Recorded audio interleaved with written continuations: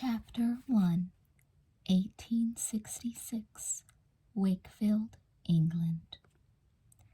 Theodore Wakefield pressed his boot heels against Raven's sides, urging the spirited coal-black stallion into a canter. He reined in at the crest of the hill behind Wakefield Manor and turned to wait for his older brother, James, and James's fiancée, Katharina von Alber. Narrowing his deep brown eyes against the sun, Theodore gazed at the landscape spread out before him. A sweep of emerald lawn set off the stern gray stone of his family's elegant Georgian house. Below the estate, Theodore glimpsed the village of Wakefield, where mill chimneys contrasted with the lofty spire of the 13th century church and clusters of ancient weavers' cottages. The Calder and Colney rivers sparkled in the distance. The wind, cool even in summer, whipped the dark, shaggy hair back from Theodore's forehead. He sat tall in the saddle, his broad shoulders straight. This was his family's land, and he was proud of it. It will never be mine, though. Theodore's eyes came to rest on the form of his brother who, as the elder son, would one day inherit the manor. James was riding slightly ahead of Katharina, as usual, and even from a distance his uninterested expression was easy to see. At 26, James was 10 years older than his fiancée, the daughter of a wealthy German count. The engagement had been arranged by their parents. James and Katharina had only met for the first time when Katharina arrived at Wakefield a month ago, and the wedding was to be held in London in 1 month. James had barely made an effort to get to know his fiancée, and Theodore felt sorry for her. He felt sorry for James, too. He knew his father, the Earl of Wakefield, had bullied his brother into the unhappy engagement. Most people considered James the lucky one, but Theodore felt thankful that he was the second son and not his father's heir. He didn't envy James the role of future lord of the manor. It brought with it too many burdens and limitations. Unlike James, Theodore was free to do whatever he wanted.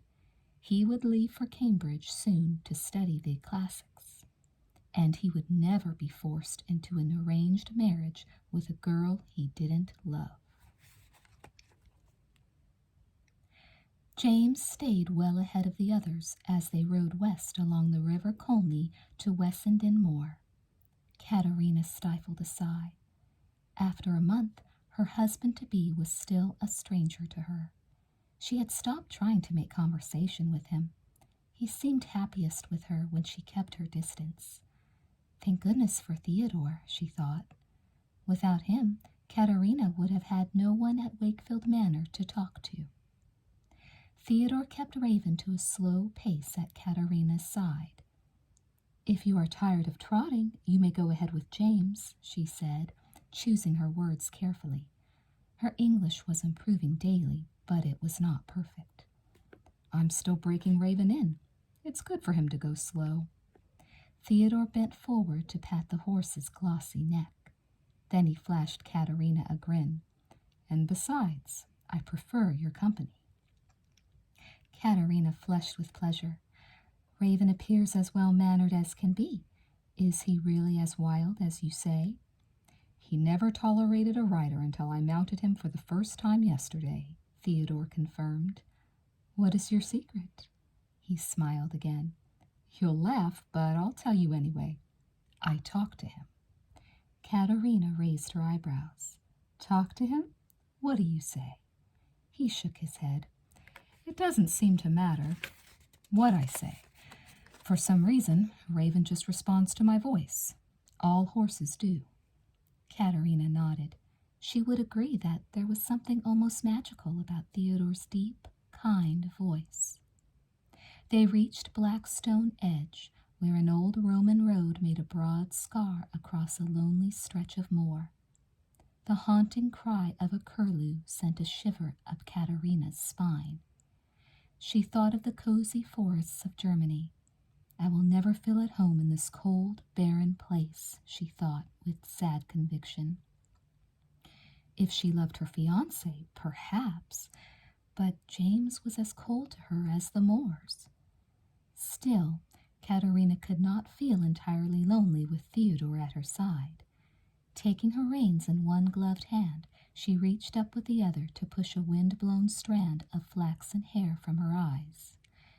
"Tell me," she said to Theodore, as they walked their horses along the trail, "do the ghosts of parted lovers really walk these moors, as I read in the book I found in the manor library?"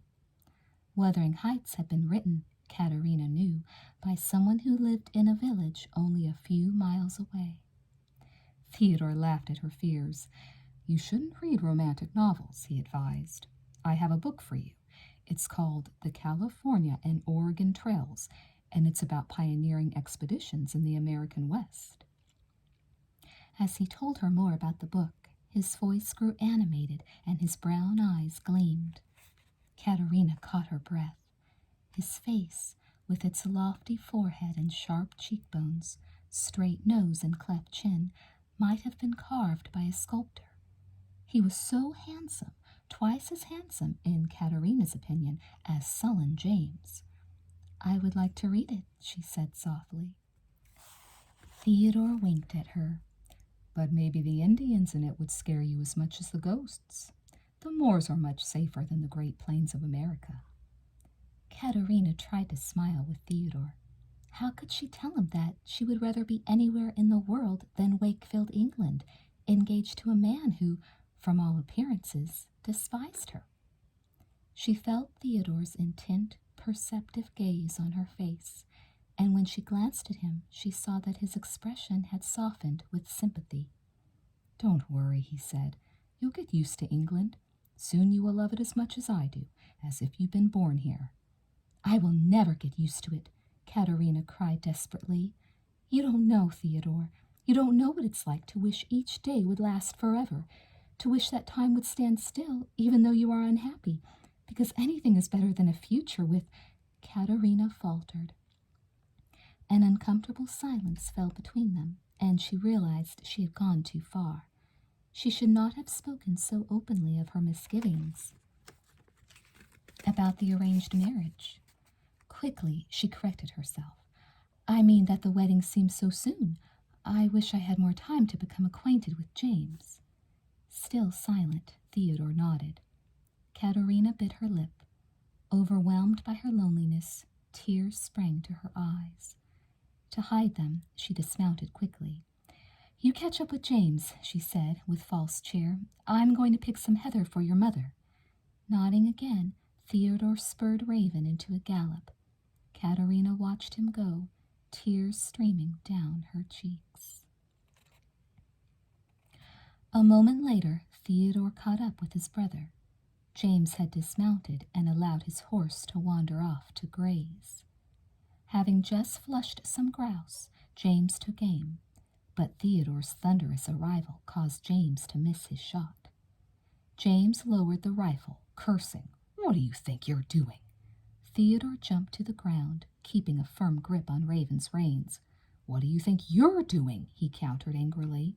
"It's bad enough that Katerina should be bartered like a piece of property by our family and her own, but for you to show her no kindness at all? Don't tell me how to treat my fiancé," James snapped. "I'll say what I please. At least I have Katerina's interest at heart. You don't care for her at all." "Perhaps I don't," James said coldly. "Fortunately for you, however, my feelings for her are not your business." "If you don't love her, why are you marrying her?" Theodore challenged. James smiled grimly. "Ah, little brother, you're such an idealist. Marriage doesn't have anything to do with love. I may not be happy with Katerina, but I am perfectly happy to marry her." Theodore was disgusted by his brother's cynicism. "You're lying. Why don't you admit it? You don't want to marry her, but you're afraid to find out what would happen if you stood up for yourself and refused the match," he accused scornfully. James's expression darkened. "Don't talk of things you know nothing about." "Oh, I know enough. I know that you want to be Earl of the Manor, to inherit father's seat in the House of Lords and play the games of politics and influence. And if you thwart father's will in this or any other matter, you risk disinheritance. I know all that, but I also know I would never let father dictate my actions for me as if I were a servant or a hound. Speechless with rage, James tore Raven's reins from Theodore's grasp and leaped on the horse. Theodore was too surprised to stop him. But as James whipped a white-eyed Raven into a gallop, Theodore collected his wits. James was heading the horse directly at a low stone wall. Theodore knew the unschooled horse couldn't be trusted to take the wall cleanly. "Don't jump him!" Theodore shouted after his brother, but the wind seemed to snatch the words from his mouth. Clearly, his brother didn't hear them or didn't heed them. James didn't alter his course. In horror, Theodore saw his brother lean into the jump. He saw Raven swerve wildly away from the wall, hurling James against the unforgiving gray stones, and then he heard Katerina's terrified scream. Chapter 2. Theodore helped his mother into the crepe-draped carriage. He could not see Lady Sarah's face behind her black veil, but he knew she was weeping. The carriage rumbled off along the lane, and Theodore turned back to the medieval church and its ancient graveyard. The mourners had departed. Only Theodore himself, his father, and Katerina remained. Hands clasped behind the back of his black frock coat, Theodore walked slowly toward the Wakefield family vault, where the Earl stood, his head bowed with grief. Theodore himself felt numb, as if he were dreaming. "Surely I'll wake from this nightmare soon," he thought, "and everything will be as it was." He and James had disagreed about every subject under the sun, but somehow had managed to remain friends. James couldn't be gone forever. But he was. Dead. Dead. The word echoed through Theodore's head. Again he heard himself speaking it to a hysterical Katerina after they had both run to where James's crumpled body had fallen. In his mind, he saw his mother rise from her seat on the lawn, her hand at her heart, when he had ridden up bearing the corpse of his brother, her elder son. Dead. Dead. Theodore heard again the dull echo of iron and stone as the vault door was shut after the interment. There could be no more sorrowful, final sound in the world. He lifted a hand to Katerina, who had taken a seat on a bench under a yew tree on the far side of the cemetery. Then he put his hand on his father's shoulder. The Earl turned. His gray eyes were dry. "My son," he said simply. Theodore nodded. He was that, his father's only son. "My son and my heir." The Earl glanced at Katerina, who had begun to stroll among the headstones. "You understand that you have new responsibilities." "Well, yes, I suppose." Actually, Theodore had thought of nothing thus far but his loss. Now the tragic irony struck him. With his brother's untimely death, he had become heir to Wakefield Manor. "The family title and fortune will now be yours," the Earl continued, his tone cold and detached, "as well as the manor and the seat in the House of Lords. You will accompany me to London this fall rather than go to Cambridge, and Katerina will be yours as well." Theodore thought he heard a rustle, as of heavy silk. He glanced over his shoulder, but there was no one there. He looked back at his father. "London? Katerina?" he repeated. "The wedding will take place as scheduled," the Earl asserted. "Katerina will be your bride." Theodore stared at his father. Had he heard correctly? Had the Earl just blandly informed him that he was expected to be Katerina's groom in James's place? The Earl gazed calmly back at his son. He had made a statement, not asked a question. It was clear to Theodore that his father expected him to comply. Shocked and outraged, on his own behalf, on Katerina's behalf, and on behalf of his brother, scarcely cold in the vault, Theodore took a step backward, as if his father's nearness repulsed him as much as his command. "I will do no such thing," he declared. The words spilled out, hot and bitter. "I want nothing to do with a career in politics, or with Katerina. I will not marry her." The violence of his son's emotions did not seem to trouble the Earl in the least. "You will grow used to the idea," he predicted. He nodded toward Katerina, now seated on another bench not far away. "She is a beautiful girl, and she is fond of you. Fond, yes, as I am of her, but I think of Katerina as a sister." The Earl didn't wait to hear his son out. Clearly, in his opinion, the matter was not open for discussion. He strode off, his boot heel striking hard against the slate path, leaving Theodore alone among the graves. The wind rose late in the day. It was howling by sunset when Katerina went in search of Theodore, who had been absent at dinner. Her heart was in her throat as she scurried with her candle through the cold, vast halls of the manor. At the entrance to the hall of portraits, she paused. She usually avoided this part of the house. The long rows of unsmiling painted faces made her nervous. Taking a deep breath, she stepped inside. At the far end of the long rectangular room, she glimpsed Theodore's tall, elegant form. He stood in a characteristic pose, with his hands clasped behind his back, staring up at the portraits of his ancestors, generations of Wakefields. The Earl and Lady Sarah's portraits were already on the wall, and James had been sitting for his portrait when he died. Hearing her approach, Theodore turned. His agonized expression stopped Katerina in her tracks. She had been intending to comfort him in his grief, to see if she might soothe him, as he had so often soothed her during the past month. Now Katerina realized that she must do more if she really wanted to ease his torment. She must confess. "Theodore, I heard what your father said to you today, this afternoon, by the crypt." She ducked her head to hide her blush. It wasn't easy to admit that she was guilty of eavesdropping and to have overheard such a conversation. "And I must tell you," she continued rapidly, not giving him a chance to interrupt, "that I think the Earl is wrong. The suggestion that you and I should marry is preposterous," she said, stumbling slightly over the long word. "So please don't worry about me. I will return to my parents in Prussia. It is what I want to do." Katerina spoke with all the assurance she could muster, but in her heart she longed for something very different. She didn't want to go home to Germany. She wanted Theodore to clasp her in his arms and tell her that he did indeed wish her to be his wife, that the Earl's commands coincided with his own desires. Theodore began pacing the length of the flagstone-floored hall, Katerina at his side.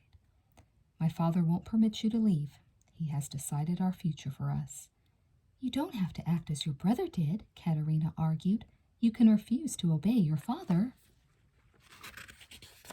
"And lose my name and my home?" Theodore exclaimed bitterly. "My father would cast me out of Wakefield, and I'm not sure I could bear that. I love this house, this land. I could be happy caring for it, caring for you." His voice dropped with resignation. "It is my destiny, my duty." "No," Katerina disagreed softly. "Your destiny is something you make, not something that is given to you. You can choose, Theodore. You must choose." Not wanting him to see her tears, Katerina gathered her long skirts in her free hand and ran from the hall, her candle flickering as she went. For hours, Theodore roamed the house and grounds, the howl of the rising storm echoing his tumultuous thoughts. For a while, the choice seemed impossible. He stood to lose so much whichever course he took. But finally, After what seemed like an eternity, he made up his mind. He knew he should lose no time in informing his father of his decision. Theodore found his parents in the south parlor.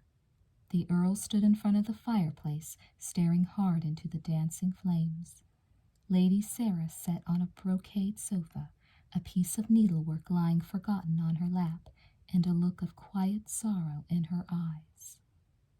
Theodore hated to hurt his mother further, but he was afraid there was no way to spare her feelings. He stepped forward to stand before his father. "I have been thinking about our conversation," he announced. The Earl nodded approvingly. "I knew that once you considered the matter, you would see that—" Theodore cut him off. "I have seen that I cannot allow you to arrange my life for me. I don't want to sit in the House of Lords. I will pursue my own career, and I will not marry Katerina, not 1 month from now, not ever." An angry frown darkened his father's brow. "You will marry her, or you are no longer my heir, no longer my son." "George!" Lady Sarah gasped. Her needlework fell to the floor as she rose suddenly. The Earl's fury seemed to transform him into a giant, but Theodore stood his ground. He remembered Katerina's inspiring words from earlier that evening. "Your destiny is something you make, not something that is given to you." No, he couldn't back down. He was a man, not his father's puppet. Suddenly, Theodore recalled another conversation with Katerina, one they had had on the day of James's death. Now he knew not only what he must do, but where he must go. Tossing his head back defiantly, he pulled from his finger the heavy gold ring with the Wakefield crest. He pressed the ring into his mother's hand. "So be it," he told his father. "I am no longer your son, and you are no longer my father. I will leave Wakefield." "And go where?" the Earl demanded. "To America. If you walk out that door, you will never enter it again. You will never hear a word from us, or see a penny of the money that would have been yours," the Earl threatened. "George, no, be reasonable," Lady Sarah begged. "I don't want your money," Theodore declared. "My freedom is worth far more to me." His mother took a step toward him, her eyes brimming. "Don't go, Theo," she implored. "Your father doesn't mean—" "I meant every word I said," the Earl interrupted. Theodore turned away. "No!" Lady Sarah cried, reaching out for her son. He felt her hand on his sleeve and paused, his heart aching. Before the Earl restrained her from following her son, Lady Sarah managed to slip something into Theodore's coat pocket. As his mother sobbed, Theodore rushed from the room. He did not look back. Despite the storm and the late hour, Theodore went directly to the stables. Within minutes, Raven was saddled and bridled. Theodore led the horse into the yard and mounted. Spooked by the wind, Raven reared on his hind legs. Theodore grasped the reins firmly with one hand and with the other reached into his pocket. He felt a cold circle of gold. The ring. "The only thing I will have to remember my home and my family by," he thought. Just then, he noticed a small, white face at a high open window. It was Katerina, the night wind whipping her pale hair. She raised her hand in a gesture of farewell. Theodore lifted his hand in return. Then he wheeled Raven around and spurred him into a canter. He was leaving Wakefield Manor forever.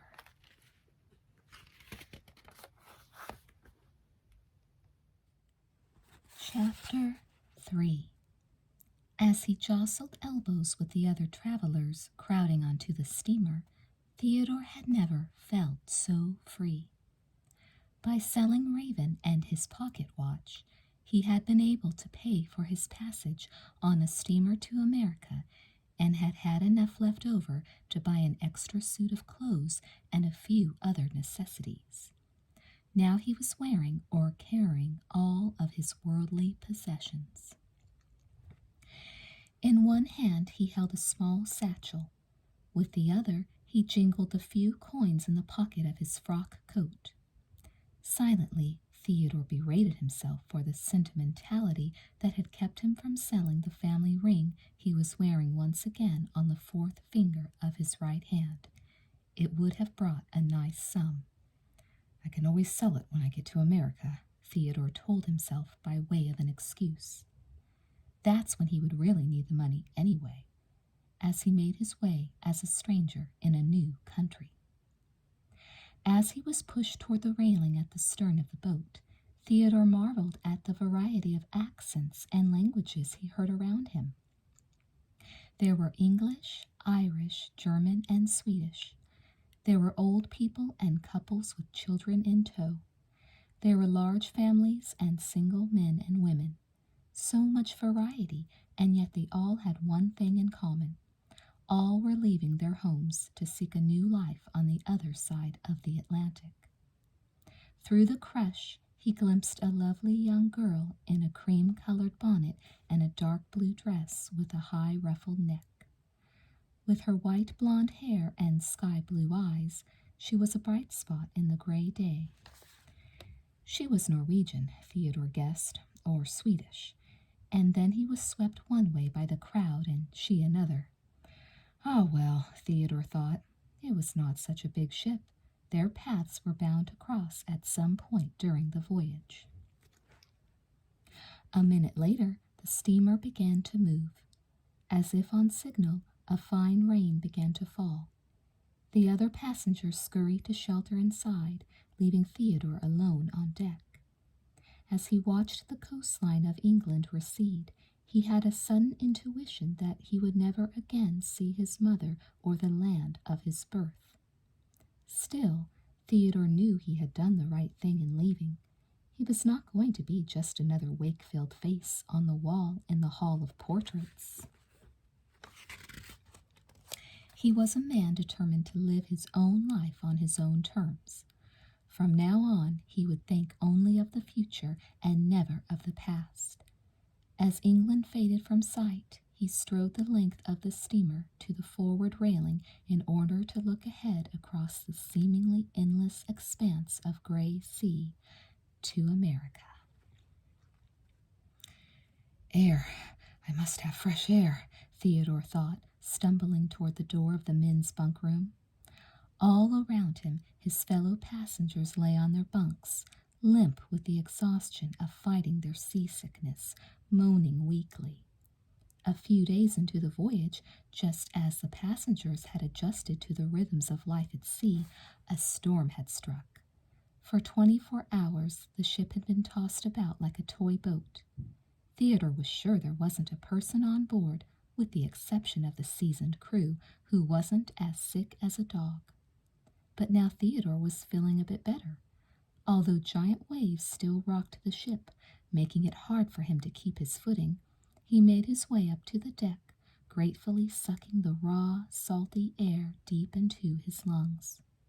The gale was far from over. The skies were still glowering, and the ship rode waves as high as houses. But Theodore saw that he wasn't the only one eager for fresh air. A number of other passengers had made their way onto the slippery deck. They huddled in clusters, their clothing drenched and their heads ducked against the howling wind. A wave crashed against the side of the boat. Theodore was instantly soaked from head to foot. He saw that the same wave had also splashed a young woman who now stepped nearer to the main mast, seeking shelter. She seemed to be alone. Her long skirt and petticoats, heavy with water, dragged as she walked. Strands of long blonde hair escaped from beneath the hood of her dark cloak, to be whipped wildly by the wind. It was the girl he'd glimpsed the day he boarded the ship. She looked so small and slender, as if a good gust might blow her right off the deck. She should not be up here alone, Theodore thought. I will offer her my arm. He had taken only a few steps in the girl's direction when a large wave slammed against the ship, causing it to lift suddenly to one side. Theodore braced himself. Then his eyes widened in horror. The impact had torn a small boy from his mother's grasp and sent him sliding toward the ship's railing. Now a second large wave flung the child overboard. In an instant, a second figure ripped a life preserver from the ship's rail and leaped into the raging sea after the boy, the young blonde woman. Theodore was awestruck by her bravery. But he also knew there was no way that she could rescue the child. Even with the life preserver, her heavy skirts would drag her down. "A life ring!" Theodore shouted to a group of young men standing nearby as he tore off his frock coat. "Throw in a life ring!" Then, without another moment's thought, he too jumped into the churning, deadly sea. Its icy cold stabbed him like 1,000 blades, but Theodore barely felt the pain. Kicking to keep afloat, he fought the raging currents with strong arms. Ahead of him, he saw 2 bodies being tossed like flotsam by the water. "They're still afloat," Theodore thought joyfully. "I can reach them." But as he stroked toward them, the figure slipped beneath the water. A life preserver popped to the surface. The girl had lost her grip on it. Taking a deep breath, Theodore dove down into the icy black sea. His arm struck something solid. The girl! But though she still clasped the little boy in her arms, her body had gone limp. Their bodies pulled Theodore down as he struggled to resurface. He pawed the water with his free arm, his own strength failing fast. Soon his own lungs would burst. Just in time, Theodore broke the surface of the water. Gasping, he blinked against the salty spray. Something white bobbed on a wave before him. A life ring with a rope attached. Without delay, the 3 were hauled into the deck. The little boy was quickly revived and restored to the arms of his tearful parents. But the girl lay still, her damp face pale. Theodore bent over her, wondering if he should try to press the water from her chest and breathe fresh air into her lungs. At that moment, her eyes flickered open and she took a shaky breath. A smile of relief warmed Theodore's face. The girl smiled back, weak and uncertain. "Shh," Theodore said when she tried to speak. "Rest for a moment. Then we will take you below and get you warm and dry." The puzzlement in the girl's clear blue eyes told Theodore that she didn't understand his words. Most likely she didn't speak English. But at the same time, he felt that she understood his intention. As he supported her with one arm, she relaxed against him in a trusting fashion.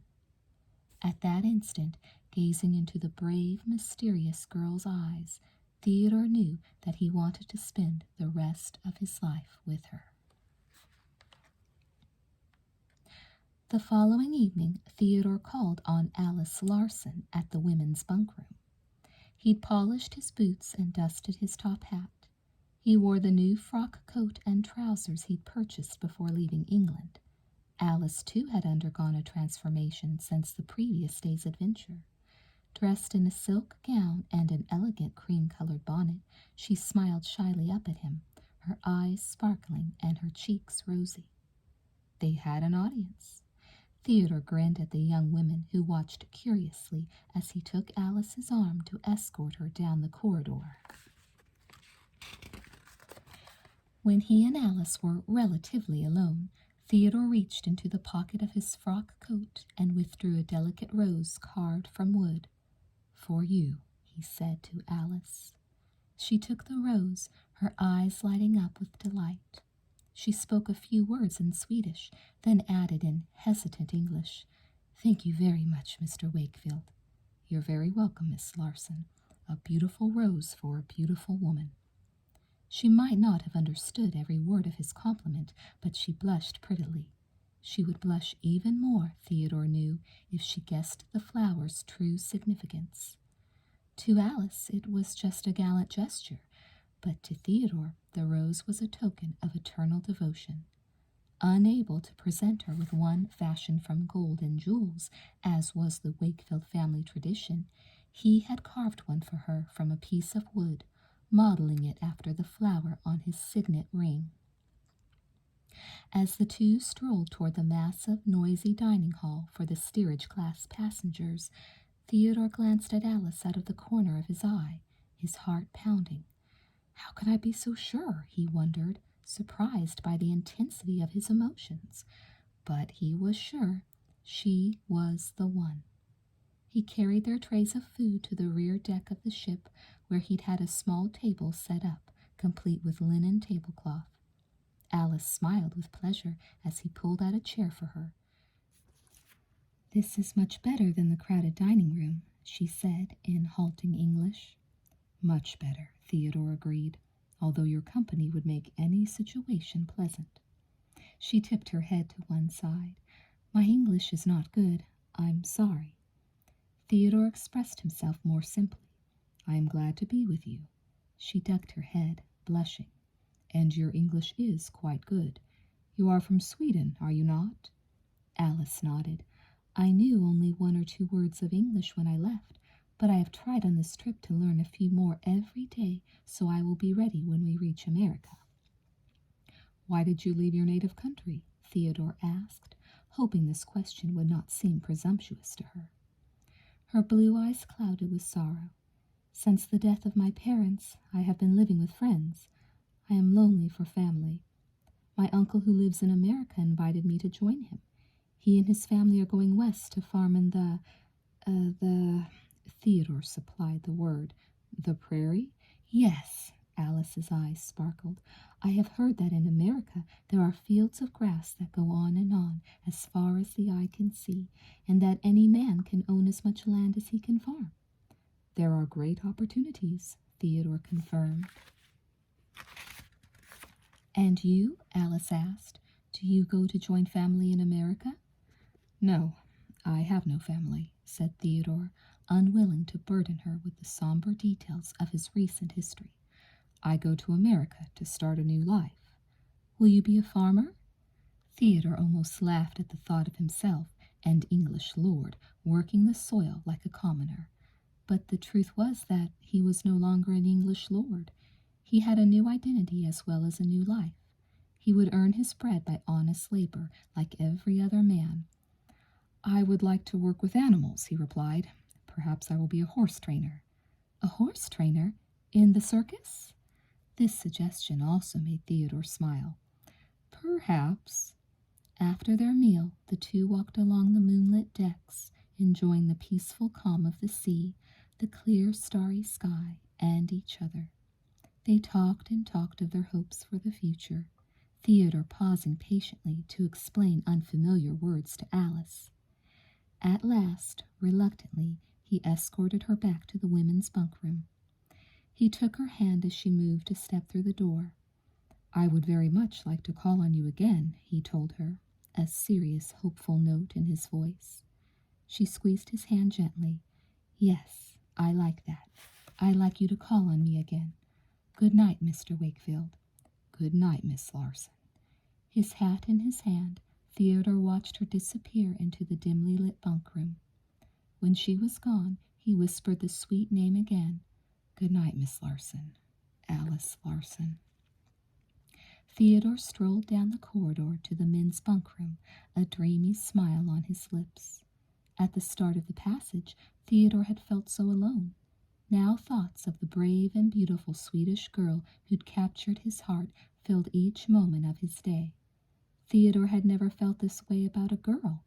More than ever, Theodore was glad he had struck out on his own. He was a free man, and he knew what his next independent step would be. He would ask Alice Larson to be his wife. Theodore sat on the edge of his hard cot, his head in his hands. "A week. Can it be only a week that I've been trapped here?"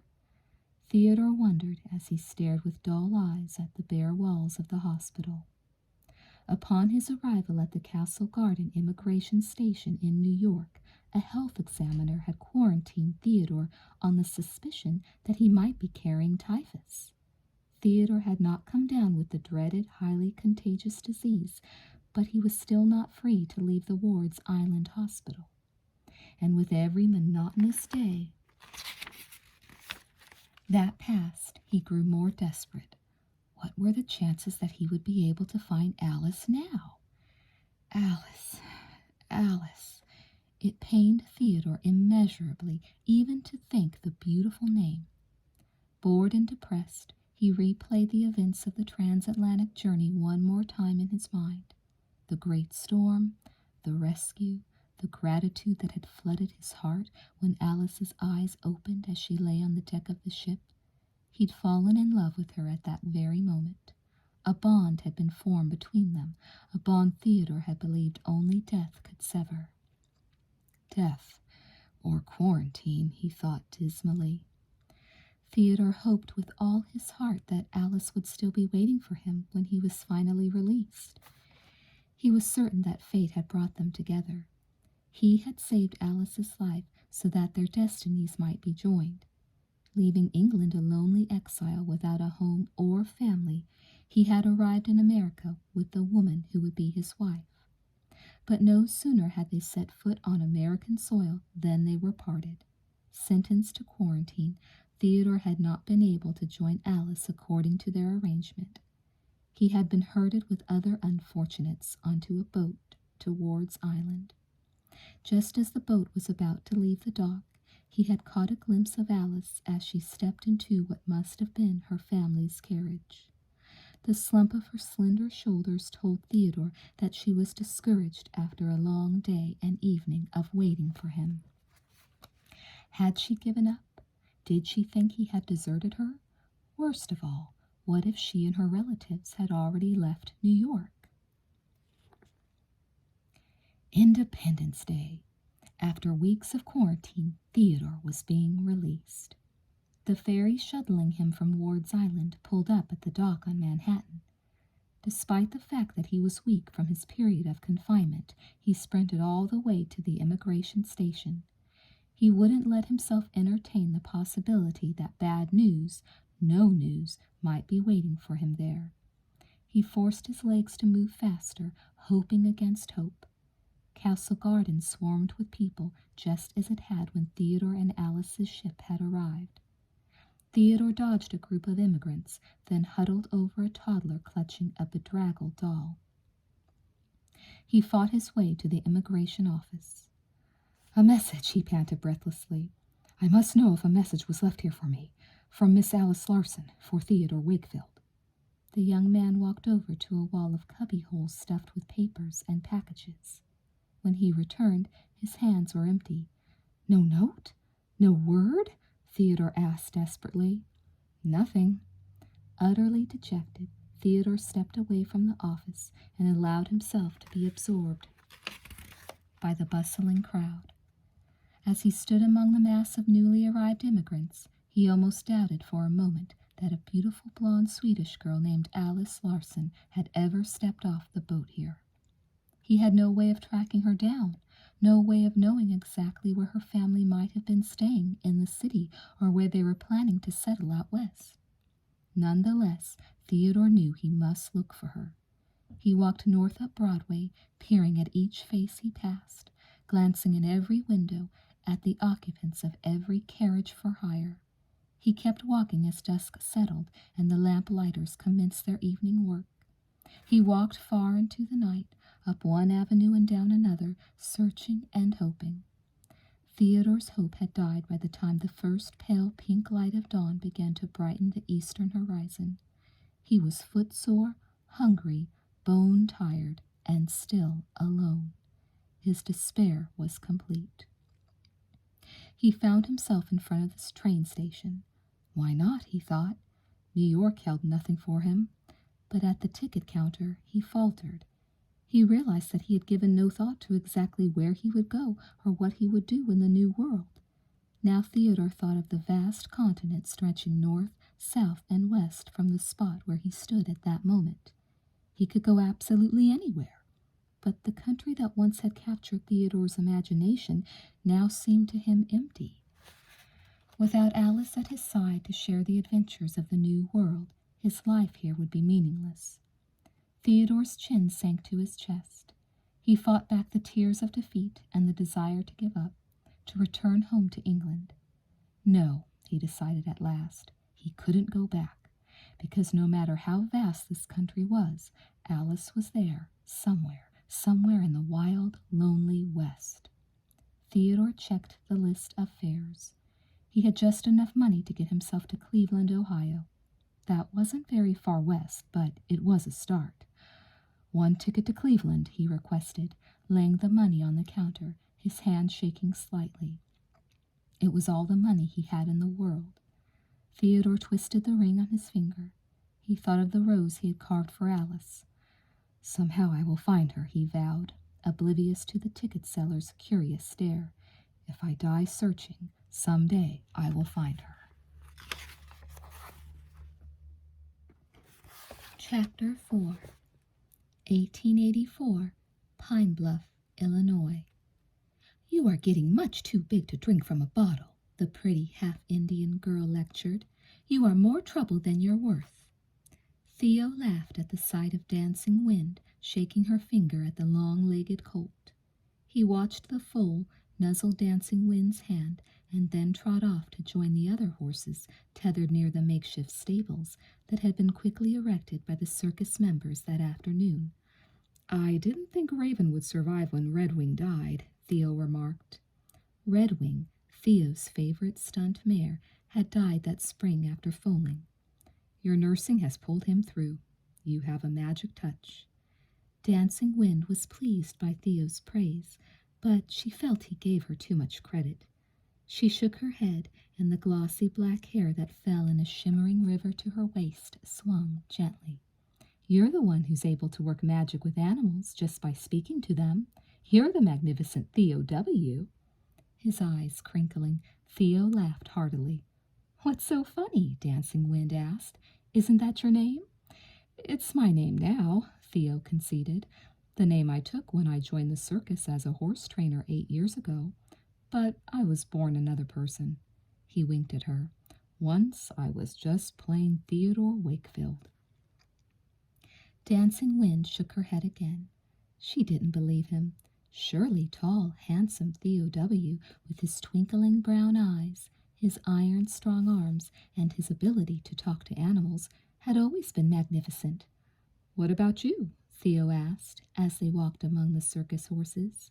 He adjusted Arctic Prince's tether post so that the snow-white stallion could reach the best grass. You weren't born the Dancing Wind of the Flying Trapeze, were you? Of course not, she giggled. My adoptive family, the Flying Montecotonese, gave me that identity 4 years ago. Before that, I was just plain Dancing Wind. That's not so plain. It's a beautiful name. My mother, Owl Feather, chose it, said Dancing Wind. She was an awesome Indian from California. My father met her when he went west. During the gold rush, I think it was hard for her to leave her tribe, but she loved him. Did he strike it rich? Dancing Wind smiled. He found a nugget or two, nothing more. He always said that my mother was his biggest treasure. Her smile faded and sorrow shadowed her face. Theo put a hand on her slender shoulder. I'm sorry. Dancing Wind sighed and bent to pluck a wild flower from the waving grass.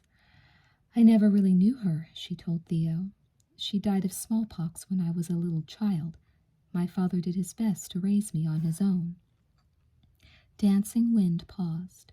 She had been with the Bellamy Brothers Circus for 3 months, since the Flying Montecotonese had left Tommy's big tent circus because of a disagreement with the management over their billing.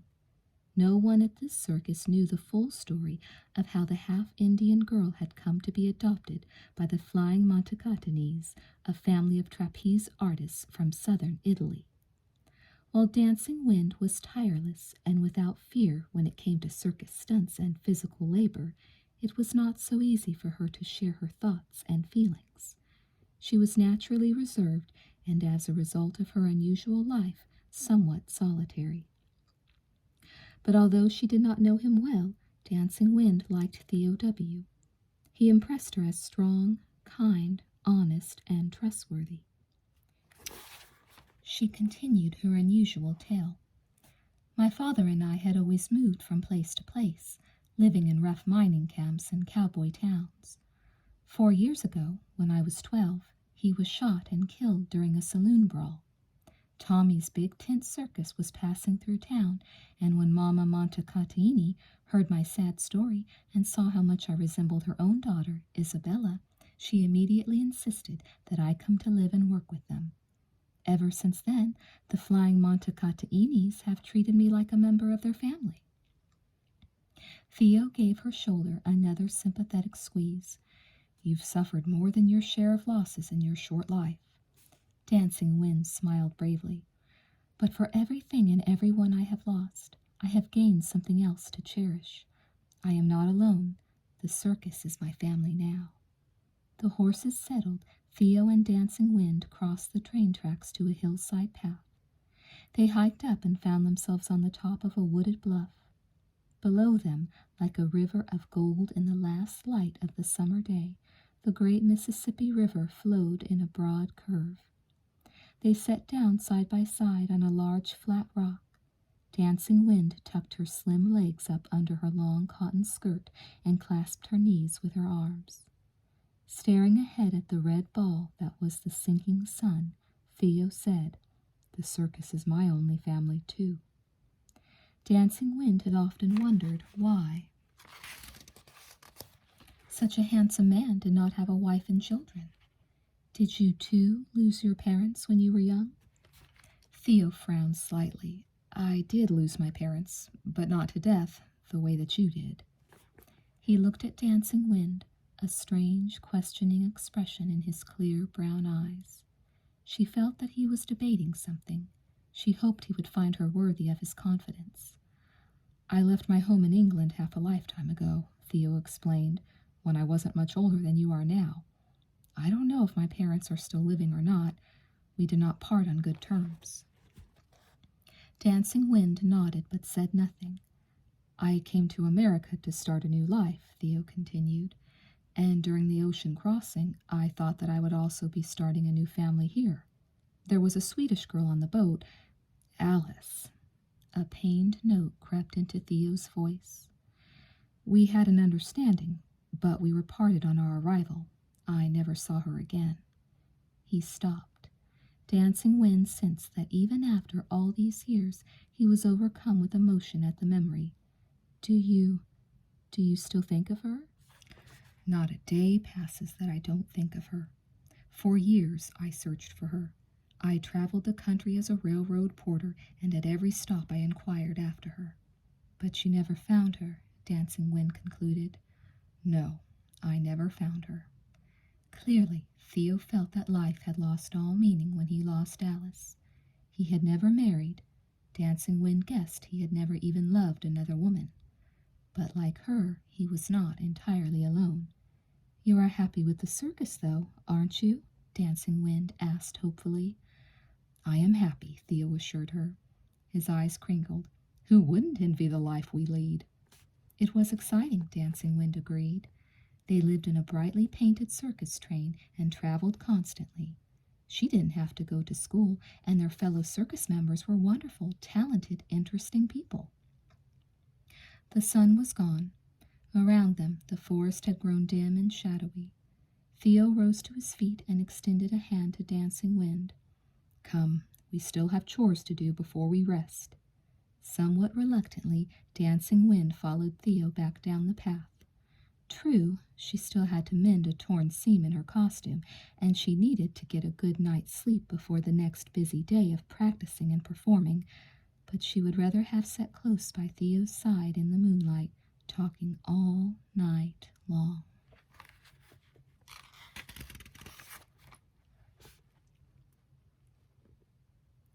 A month later, the circus camped in Blackberry Hollow, Iowa, not far from the Minnesota state line. Whenever the circus train pulled up at a tiny, seemingly deserted rural town, within an hour 100 people would emerge from the cornfields, the houses, the stores. As soon as the school bell rang, the children came running to squeal over the baby elephant, the snakes, and the glittery costumes. Families brought their dinners in baskets or pails and picnicked on the grass, all wanting to be first into the big tent for the evening show. That night, Dancing Wind hummed cheerfully to herself as she finished applying her makeup in the curtained-off section of boxcar that served as her and 16-year-old Isabella Montecatini's dressing room and bedroom. She pirouetted in front of the mirror, admiring her reflection. Her creamy gold complexion glowed with health. Her dark eyes, which tilted up slightly at the corners, were sparkling as if she had a secret. She knew that her slender, gently curving figure was the envy of Isabella, who had to struggle against a tendency to grow plump. "Why the happy song?" Isabella inquired. Dancing Wind slipped into her sequined outfit. "Why not?" "Because you're usually so quiet and serious. You always tell me to stop singing and chattering." "Then I must have learned to sing and chatter from you, my adopted sister," Dancing Wind teased. But she had to admit Isabella was right about her mood. The last time Dancing Wind had felt this happy was when she was a tiny girl. She remembered her mother telling her Awaswan folk stories, her voice a soft, magical sing-song. Dancing Wind knew the tune she was humming right now was one she had learned from her mother. Dancing Wind pinned on a gossamer cape stitched with multicolored feathers. Chalking their hands as they went, she and Isabella hurried together to the big tent. It was packed with townspeople of all ages, clapping and laughing as Max and Sam, the clowns, performed a skit involving a large bucket of water and a clever elephant named Ruby. While the crowd focused on the clowns' antics, the flying Montecatinis quickly mounted the ladders to their perches high above the dirt floor of the tent. Poised for her first leap, Dancing Wind looked down and caught the eye of Theo below. He was standing where he always stood to watch her routine, at the edge of the ring opposite her perch. And as always, his silent encouragement gave her wings. When Max, Sam, and Ruby had taken their bows and the applause began to fade, 4 clowns positioned themselves below with a safety net, and Angelo Montecatini gave Dancing Wind the signal wave. Gripping the bar of the trapeze tightly, she dove calmly into the open air. Swing, swing, swing. She arched her body through the air, pumping her long, slender legs, her toes pointed. She soared higher and higher and then let go. After releasing the bar, Dancing Wind tucked into a ball and tumbled through the air, counting the beats in her head as the audience gasped.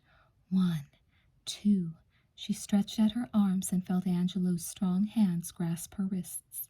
Now she heard a collective sigh of relief, followed by wild cheers.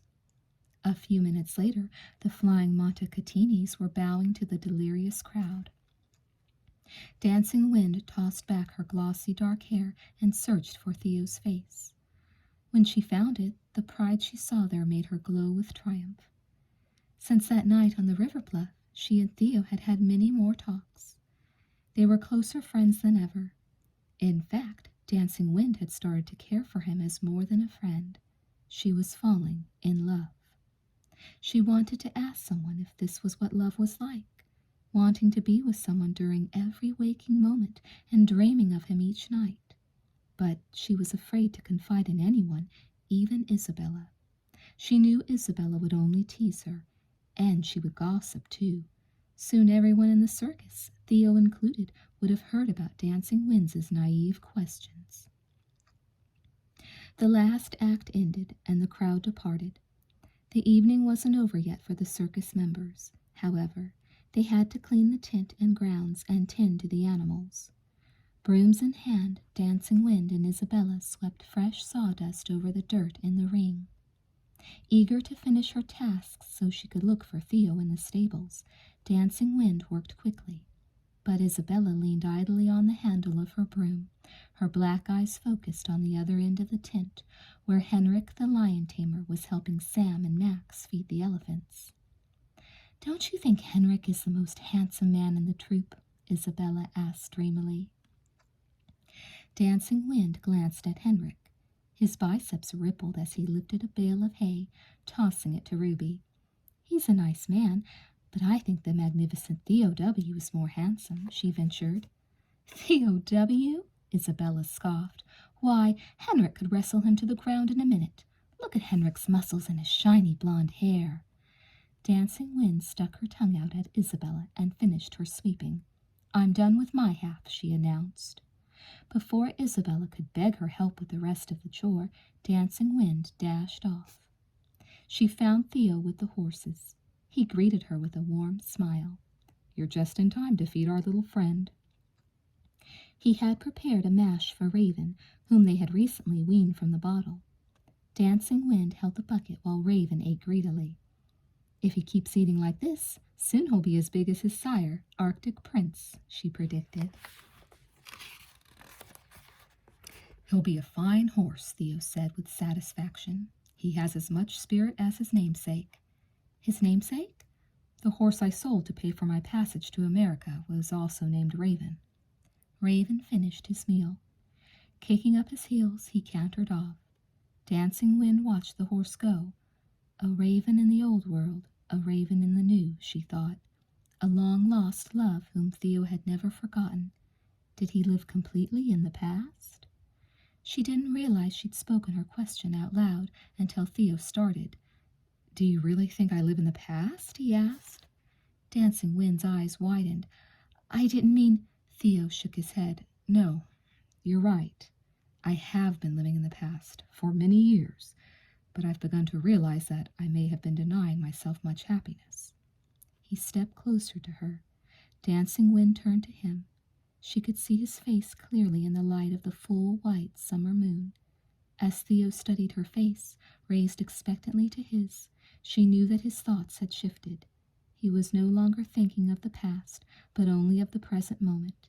He was thinking of her. Theo put his hands on her shoulders, pulling her toward him. "Dancing Wind," he said, his voice husky. She leaned forward, her eyelids dropping shyly. Her dreams were coming true. Theo was going to kiss her. Before their lips could meet, Isabella's voice pierced the night. "Dancing Wind," she called, "come to bed." Theo stepped back from the near embrace, his grip on Dancing Wind's shoulders loosening. "It's late," he said, once again friendly and calm. "You'd best go in." "Good night, Theo," she whispered. As she hurried across the pasture toward the circus train, Dancing Wind was both disappointed and encouraged. They had come so close to sharing their first kiss. It had been many years since Theo lost his heart's desire, and she sensed he was at last ready to love again. He felt something for her, of that Dancing Wind was certain. Chapter 5, 1884, Prairie Lakes, Minnesota. The circus had been in Prairie Lakes for 3 days. After the second show that evening, they would break camp and move on. That afternoon, as the usual crowds of curious townspeople milled about the grounds, Dancing Wind wandered with them. It had been more than a week since the night in Blackberry Hollow when Theo had almost kissed her, and he hadn't once tried to kiss her again. A sudden inspiration struck Dancing Wind. She knew whom she could go to for advice about her relationship with Theo. Laura the Lovely was the circus's bareback rider and one of Theo's good friends. Laura must know all about love, Dancing Wind thought. It was no secret that she and Angelo Montecatini were going to be married soon. Laura was in the tent that served as a stable, grooming her golden mare, Morning Star. Dancing Wind glided over to her silently so as not to catch the attention of Theo, who sat not many yards away mending Arctic Prince's bridle. Laura gave Dancing Wind a knowing smile. "Are you looking for your special friend?" "Actually, I want to talk to you." Dancing Wind's cheeks flamed. At that moment, Bucky the Clown started yelling at someone who tried to sneak into the horse tent. One of the many young boys from town who were always hanging around, Dancing Wind presumed. Then, as Dancing Wind watched in surprise, a small blonde girl scampered by with Bucky in hot pursuit. Laughing, Laura dashed after the pair. Sweeping the little girl up in her arms, she faced Bucky. "It's all right with me if she hangs around," Laura declared, kissing the child on the cheek. "Is it all right with you, Theo?" Resting her arms on morning stars broad back, Dancing Wind watched Theo. She saw him glance up and nod amiably.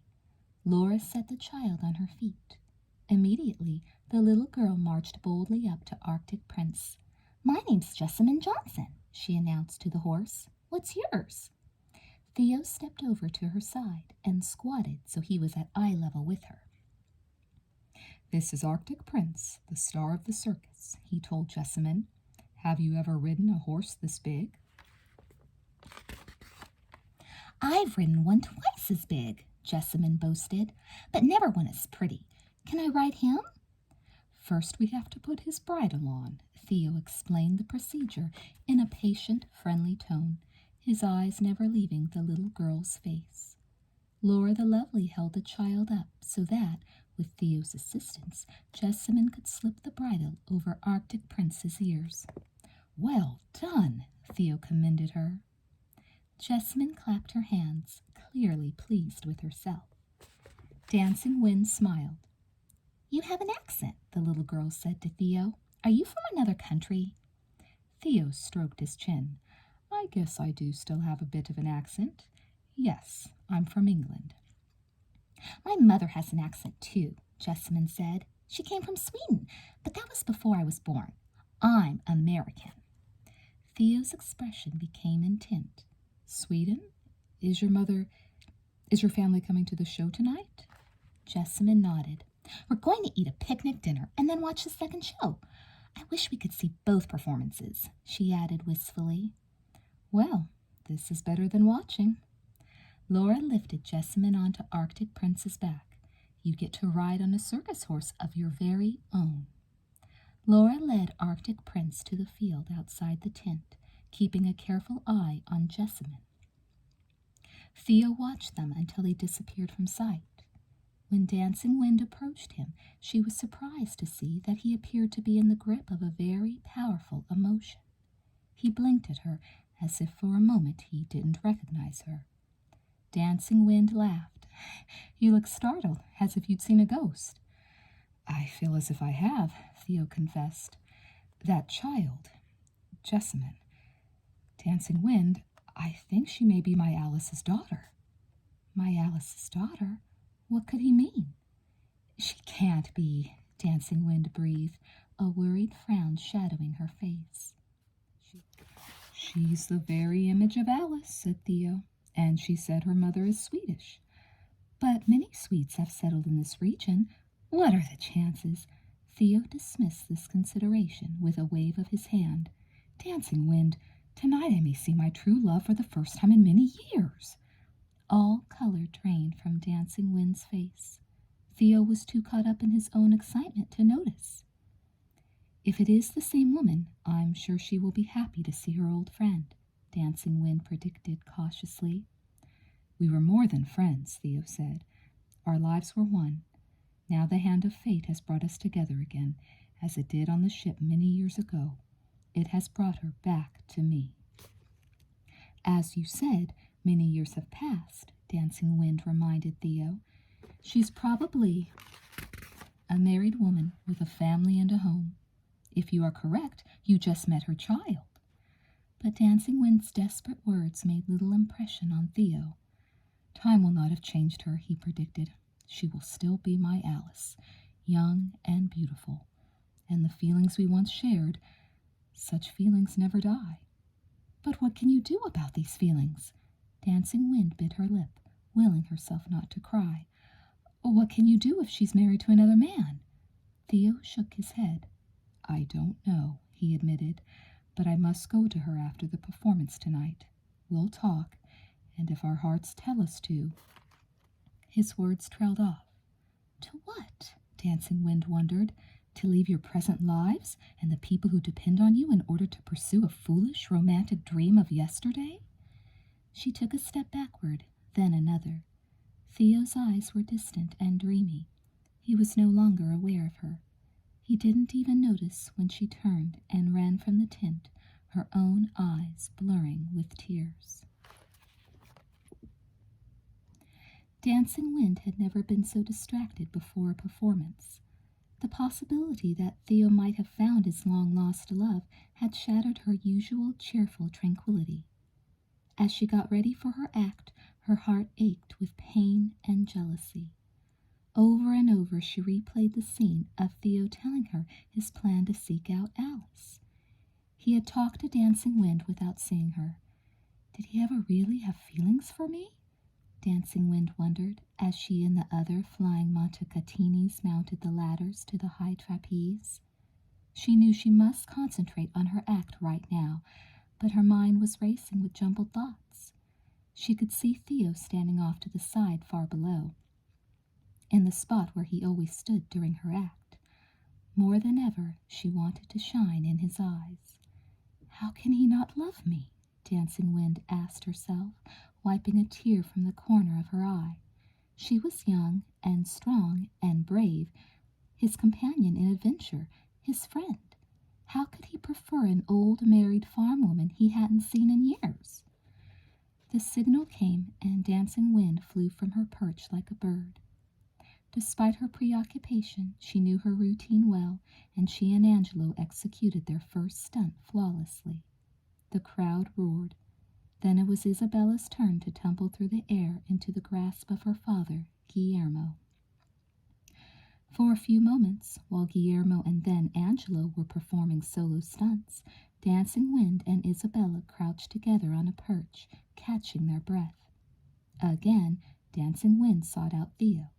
If she could only catch his eye, if he would give her just one smile. But Theo wasn't looking up at her. He was gazing out at the crowd, searching for someone who might be seated there. He was looking for Alice. Bitter tears choked Dancing Wind. Every evening for the past several months, Theo had watched her performance. Every evening until this one, until Alice had entered his thoughts again. Now, as he turned his back on her, Dancing Wind felt her heart breaking. She had to do something to make Theo really see her again. "I'm going to try the triple roll," Dancing Wind whispered suddenly to Isabella. Isabella stared at her. "You mustn't. It's too difficult. You're not ready." Dancing Wind shrugged off Isabella's words. Isabella was much too cautious. She never liked to try anything new. "I can do it. Just watch." An instant later, Dancing Wind sprang from the perch, her arms extended. Angelo, swinging by his knees from a bar, caught her hands. He swung her higher and higher and higher. Soon he would toss her to Guillermo. The moment came. Angelo released Dancing Wind, and she tucked into a tumble as she sailed through the air, hugging her knees. One rotation, two. She went for the extra roll. Still in a tuck, Dancing Wind heard Guillermo catch his breath. He wasn't prepared for her triple roll. Quickly, she unfolded her body, stretching her arms toward him, but he was already swinging back away from her. Though he extended his body to its fullest length, holding on to the trapeze with his feet and ankles rather than his knees, he could not quite grasp her. Their fingertips brushed, and then Guillermo was gone. Dancing Wind fell through empty space. She had been in a trance-like state, focusing only on the triple roll and on Theo, but as soon as she felt Guillermo's hand slip away from her, Dancing Wind snapped out of her trance. Instantaneously, she was aware of her danger. She was plummeting downward with dizzying speed. As she fell, Dancing Wind heard the frightened screams of the audience. Squeezing her eyes shut, she willed her body to go limp so it would bounce harmlessly on the safety net. Dancing Wind's body hit the net, but she didn't bounce. Instead, there was a ripping sound. The net had given way. Her fall only partially broken, Dancing Wind plunged toward the ground. She opened her mouth to cry out Theo's name, but before she could, her body made contact with the hard earth floor of the circus tent. Pain exploded through her bones, and the world went black.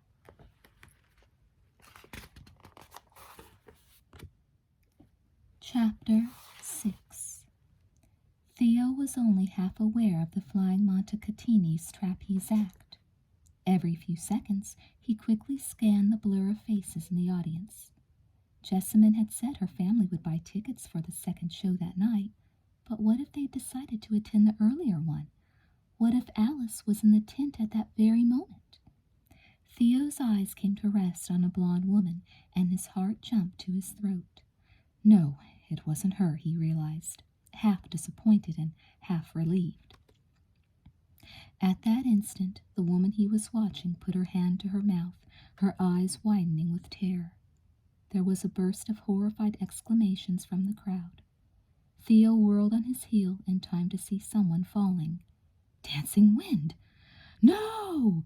Theo dashed forward. The net hadn't saved her. He could see her fragile body crumpled on the ground. No! He cried again. Please let her be alive. Please don't let her die, he prayed. Others were hurrying to Dancing Wind's side, but Theo shoved them out of the way. As he approached, he heard her weak voice. Her eyes were closed. She was only half conscious, and she was calling his name. Theo, she murmured. Theo, I'm here. Theo knelt beside Dancing Wind, cradling her head in his arms. I'm here. You're safe now. As Theo spoke these words, he was overwhelmed by a strange sense of déjà vu. For a brief instant, he wasn't in a circus tent in Minnesota. It was 1866, and he was on the deck of a boat to America. He'd just saved a young Swedish girl from drowning. It was Alice who was lying in his arms. No, not Alice.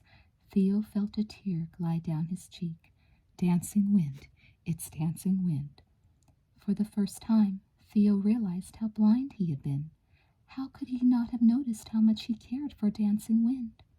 As he held her in his arms, not knowing whether she would live or die, Theo knew that he'd never forgive himself if he lost her now. Dancing Wind had given him so much in the past few months. She'd taught him to laugh and share again. She'd taught him to look ahead to the future, encouraged him to forget the past. And he'd given her nothing in return. How could I not have seen, he asked himself. We are so much alike. Dancing Wind is alone, without family. We are both exiles, far from our roots. Destiny brought us together, and now it might separate us. In his moment of clarity, Theo recognized something else. Even if Jessamine's mother did turn out to be his long-lost Alice, things would not be the same between them. Dancing Wind had been right. He could not ask Alice to leave her husband and children. What kind of life could he offer her in exchange? They had fallen in love half a lifetime ago. They would be strangers to each other now. Two clowns pushed their way to Theo's side with a makeshift stretcher. Tenderly, Theo eased Dancing Wind's body onto it. She moaned, her hand fluttering to her right hip. It was oddly twisted, broken, Theo surmised grimly. As he and Max carried Dancing Wind from the tent on the stretcher, Theo heard the ringmaster assuring the distressed crowd that Dancing Wind was all right. Outside, another crowd of people pressed forward to see what was happening, the people who were waiting for the night's second show. Theo saw a blonde head, a delicate profile. Beside her were two blonde children. Could it be? He would never know. He couldn't look now, not when Dancing Wind needed him more than ever. Not now, when the future could finally hold something more for him. As he gazed at Dancing Wind's pale face, he knew what he had to do. He would not leave Dancing Wind's side, that night or ever. When the train scraped over a rough piece of track, the rocking motion jolted Dancing Wind awake. She opened her eyes slowly. She felt as if she had plunged into a deep lake of pain and was now swimming laboriously to the surface. She lay on her bed in the circus car, her face turned toward the window. Dawn glimmered in the east. Her whole body ached, but a sharper throbbing seemed to center on her right hip. She tried to move her hand to touch the injury, but couldn't. Someone was holding the hand tightly. With an effort, Dancing Wind turned her head on the pillow. She looked right into the warm, worried eyes of Theo. He was sitting at Dancing Wind's side, clasping her small hand in both of his own. Now he lifted the hand to his lips, kissing it gratefully.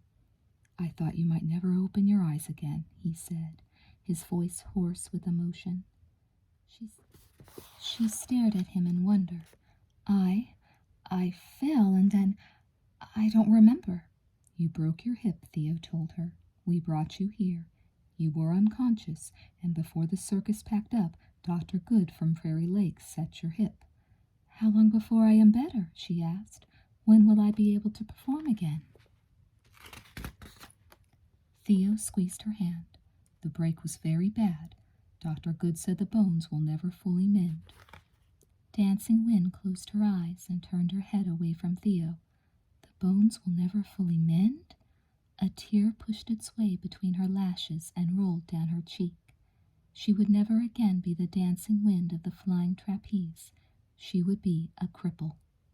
What chance did she have now of winning Theo's heart? During the long, agonizing night, as she had drifted in and out of consciousness, Dancing Wind had thought she heard a beloved voice telling her he loved her. Of course, it had been only a dream.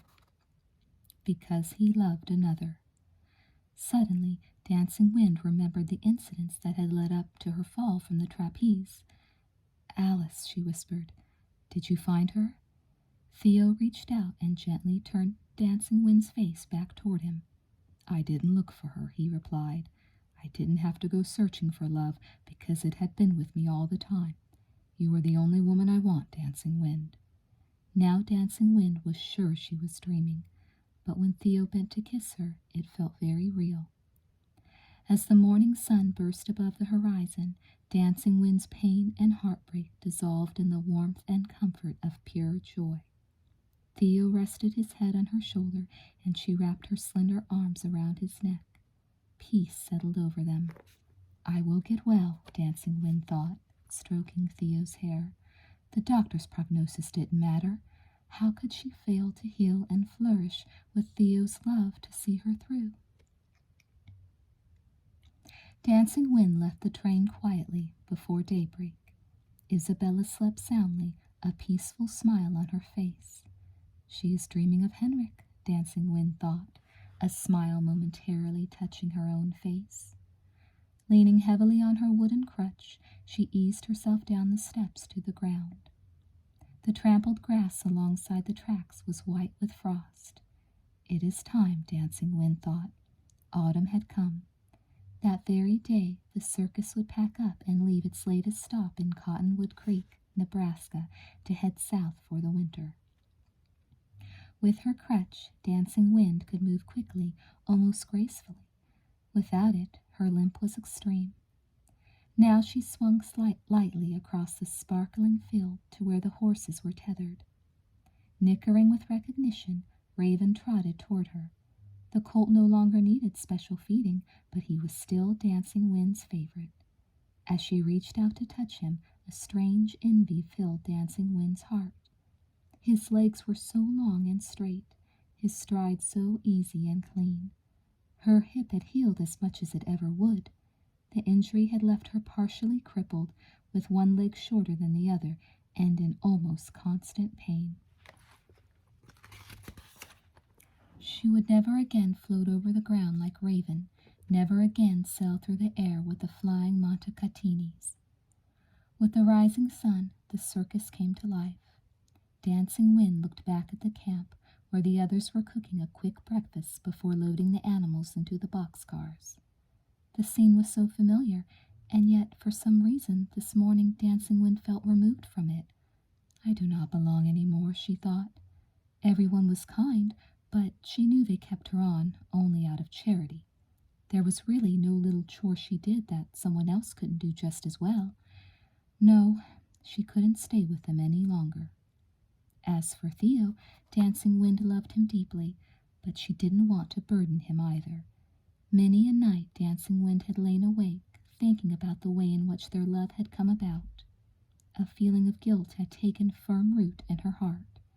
If she hadn't fallen from the trapeze, Theo would have gone after Alice, He would never have declared his love for her.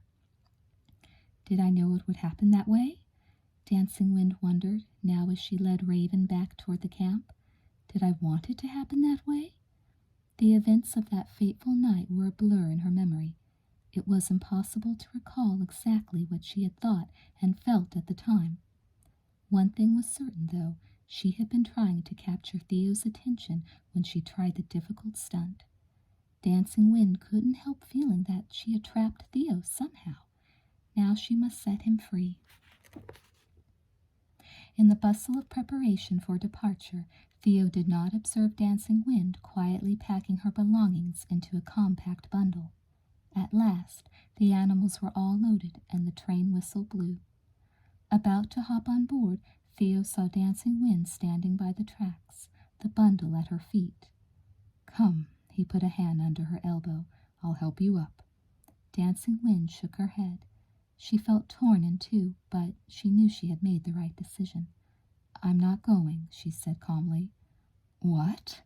Theo was taken by surprise. "The train will leave without us. We must hurry." "I'm staying behind.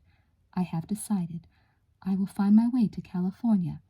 My mother's tribe, the Awaswans, will take me in. I'll be of more use there." Still gripping her arm, Theo stared for a long moment into her earnest face. Then he let go of her and jumped on board the train. Swallowing her tears, Dancing Wind turned away. She heard a metallic screech as the train began to move. Suddenly a sack landed by her feet, followed by Theo. As the train chugged forward, he fell to one knee before her, her hands held tightly in his own. "The night of your accident, I vowed that I would never leave you. Don't you remember? Dancing Wind, I want you to be my wife. Say you will marry me." "I cannot marry you," she said, her voice quavering with emotion. "I release you from your vow. You deserve a woman who is strong and whole." "Dancing Wind." Theo rose to his feet and put his arms around her. "No person I have ever known, man or woman, is as strong and whole as you. You are the best part of my life. Think of the years we will have together." Lifting her from the ground, he whirled her in a dizzy circle. Her black hair flying out behind her, Dancing Wind couldn't help laughing. "We will spend the winter in Cottonwood Creek and then travel together to California in the spring," Theo promised. "Say yes. Say that you'll marry me." In Theo's arms, she felt as light as a feather. With Theo's help, she could still fly. "Yes," said Dancing Wind. "Yes, yes, yes." Chapter 7, 1888, Cottonwood Creek, Nebraska. Dancing Wind left her crutch on the porch of the small, red-shuttered farmhouse and walked barefoot across the yard. The pleasurable tickle of the new spring grass between her toes almost made her forget that she limped. Arriving at the chicken coop, she reached into the pocket of her apron for handfuls of dried corn and grain, what she scattered for the hungry, squawking fowl. After feeding the birds, she strolled on to the edge of the yard. Resting her arms along the top of the split-rail fence, Dancing Wind gazed out on the land. Our land, she thought, with a rush of pride. She and Theo hadn't journeyed to California after all. Theo had been afraid that further travel would seriously strain her health. Instead, they had homesteaded right here in Cottonwood Creek, in the same town where they'd left the circus to get married. Now, after 4 years of hard work, they owned a small but prosperous farm. Dancing Wind lifted a hand to shade her eyes from the sun. In the distance, she spied Theo repairing the windmill that pumped their water. Watching her husband work brought a rush of affection and gratitude to her heart.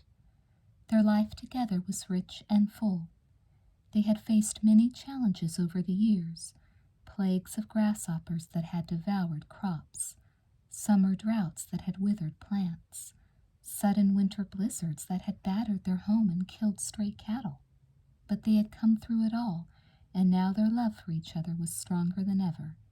Dancing Wind was content. Only one thing was missing from her life with Theo: a child. And Theo loved children. He was a favorite with their neighbors' 3 boys, especially Lars, the Petersons' youngest.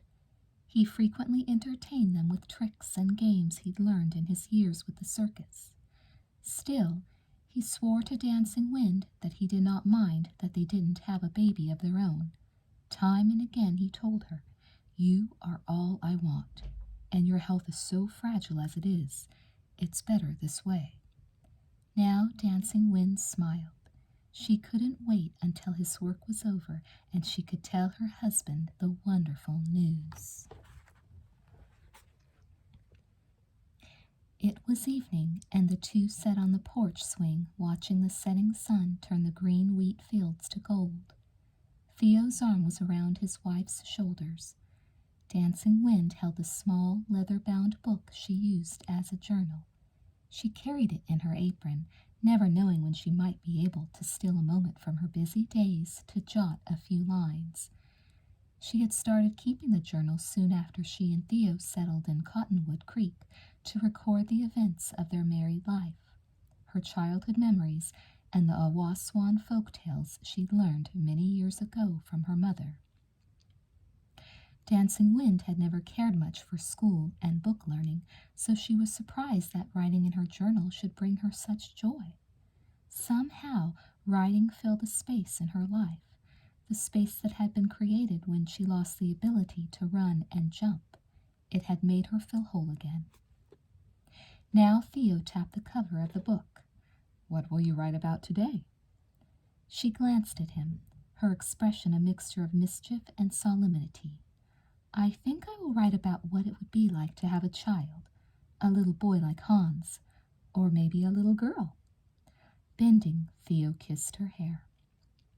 "We don't need children. I like the life we have, just the 2 of us." Dancing Wind knew he said this only to make her feel better. Usually she went along with him, grateful for his selfless patience. But that day, she had a different response.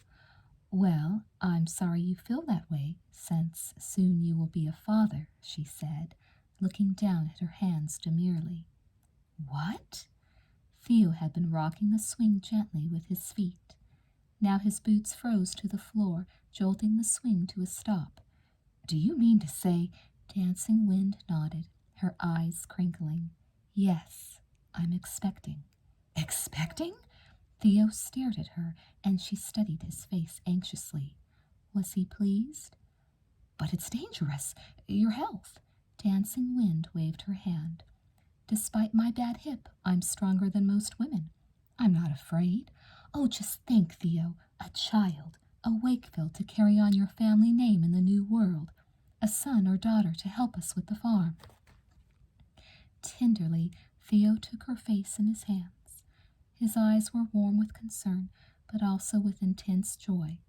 "I thought I was as happy as a man could be, but now I see I'm only beginning to learn the meaning of true happiness. You are teaching it to me." As their lips met in a kiss, Dancing Wind had a feeling that she would never be more content than she was at that moment. The pains began on the day of their 4th week wedding anniversary, not long after Theo had left for the fields. It was autumn, and the crops had been harvested. Theo would spend the morning plowing the soil to prepare it for winter. For a moment, Dancing Wind was frightened and wanted to run after him, but then she remembered the story her mother had told her when she was a little girl about her own birth. Owl Feather had begun feeling her pains while Dancing Wind's father, Jake, was out hunting. Their cabin had been in the woods of California, completely isolated. No one lived nearby to help. Owl Feather had been on her own. Jake had returned to the cabin to find his wife resting in bed, a new baby cradled in her arms. "My mother was brave, and I can be brave too," Dancing Wind vowed, even as her face contorted with pain. She lay down in the bedroom she shared with Theo, clutching the quilt as hard as she could to keep from crying out. Breathing deeply, she willed herself to be calm. Try as she might, however, she could not banish the anxious whispers that filled her mind. It had been a difficult pregnancy, and Dancing Wind was afraid that something was wrong with her, afraid that something was wrong with the baby. A few hours later, the contractions were coming regularly. One was especially hard. Dancing Wind moaned. At the sound, Theo, who had just entered the house, rushed into the bedroom. His eyes grew wide as he saw his wife's condition. Kneeling at her side, he gently blotted the sweat from her forehead with his handkerchief. "Will you be all right while I run for Felicity?" With an effort, Dancing Wind smiled and nodded. Felicity Peterson, their neighbor, was an experienced midwife. Dancing Wind would feel much better with her friend to help her through this ordeal. Night fell, and Dancing Wind's labor continued.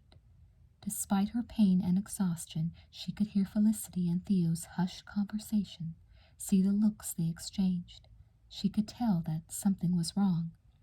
"I've been here for hours and nothing has happened," Felicity said to Theo in a low voice. "I'm afraid the baby may be in the breech position. It is certainly in distress. I need Dr. Baker's help with this delivery." "I'll go for him." Theo was already halfway to the door, shoving his arms into the sleeves of his overcoat. As the door opened and then slammed shut, Dancing Wind heard the wind howling outside. "Felicity," she whispered, "am I dying? Is the baby dying?" Felicity took Dancing Wind's hand. "Shh, save your strength. The baby will be fine, and so will you." She forced a smile. "The baby knows it's cold outside. It would rather stay inside you, where it's warm." To please Felicity, Dancing Wind tried to smile too. Then she summoned all her strength. She would just keep trying. She had to, for her baby's sake, and for Theo's. Theo lashed the horse with his whip, urging it to a gallop. He felt as if he'd been gone for hours, although he saw by his pocket watch that it had taken less than an hour to drive the buggy to Dr. Baker's house and back. Thank God he had found the doctor at home.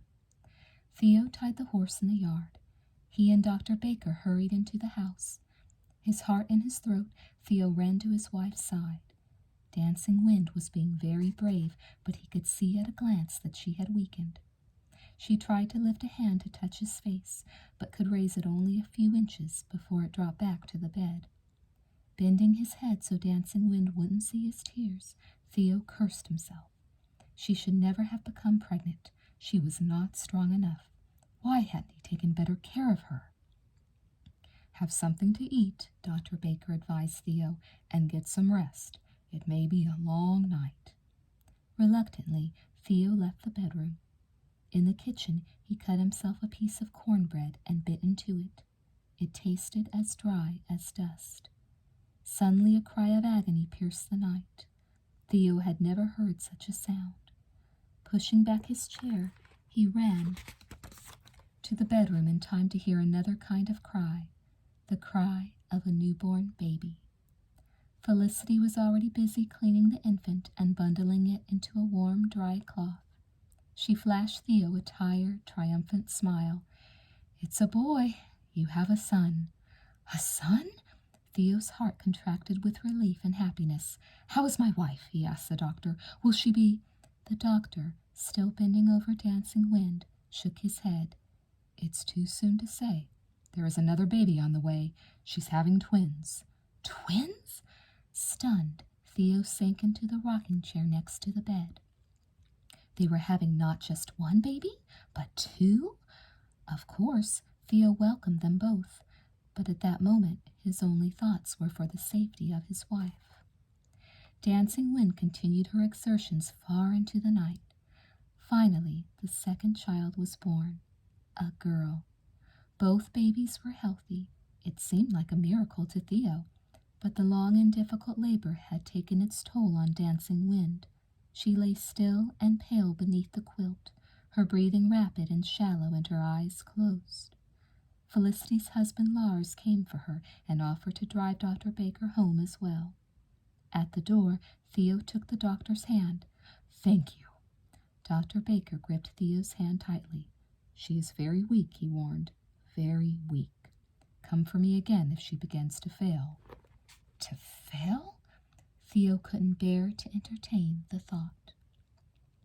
Felicity had laid the swaddled babies in the crib Theo had built in anticipation of the birth.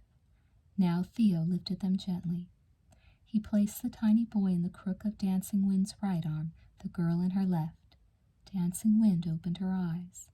As weak as she was able to cuddle the babies to her. "They're so small," she whispered. "They're perfect," Theo said. When Dancing Wind tried to speak again, he put a finger to her lips. "Shh, just rest." Dancing Wind looked down at her babies, then up at Theo. Her expression was full of love for them and for her husband, but there was something else in the brown depths of her eyes, and when Theo recognized it, a lump came to his throat. Dancing Wind didn't need to speak to tell him that she knew she was going to die. Theo bowed his head to the bed, his eyes flooding with tears. As much as he wanted the children, he wanted Dancing Wind more. How could he live without her? "Names," Dancing Wind whispered. "We must name them." Theo raised his head. "Choose Awaswan names for your mother's people. Beautiful names like your own." "No, they are Wakefield's." Dancing Wind smiled faintly. "They are your heirs. Call them James and Sarah." As Dancing Wind spoke the names of Theo's brother and mother, long lost to him, she closed her eyes. A look of peace settled over her smooth, golden face. "No!" Theo exclaimed, just as he had done on the night when Dancing Wind fell from the high trapeze. "No!"